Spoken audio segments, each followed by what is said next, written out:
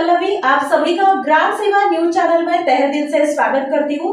ग्राम सेवा news channel Maharashtra में Bhiwandi, Shirdi, Surat, Nashik, Solapur, Bangalore in सभी शहरों में गुजराती के साथ साथ मराठी, तेलुगु और हिंदी माध्यम के द्वारा प्रसिद्ध हुए।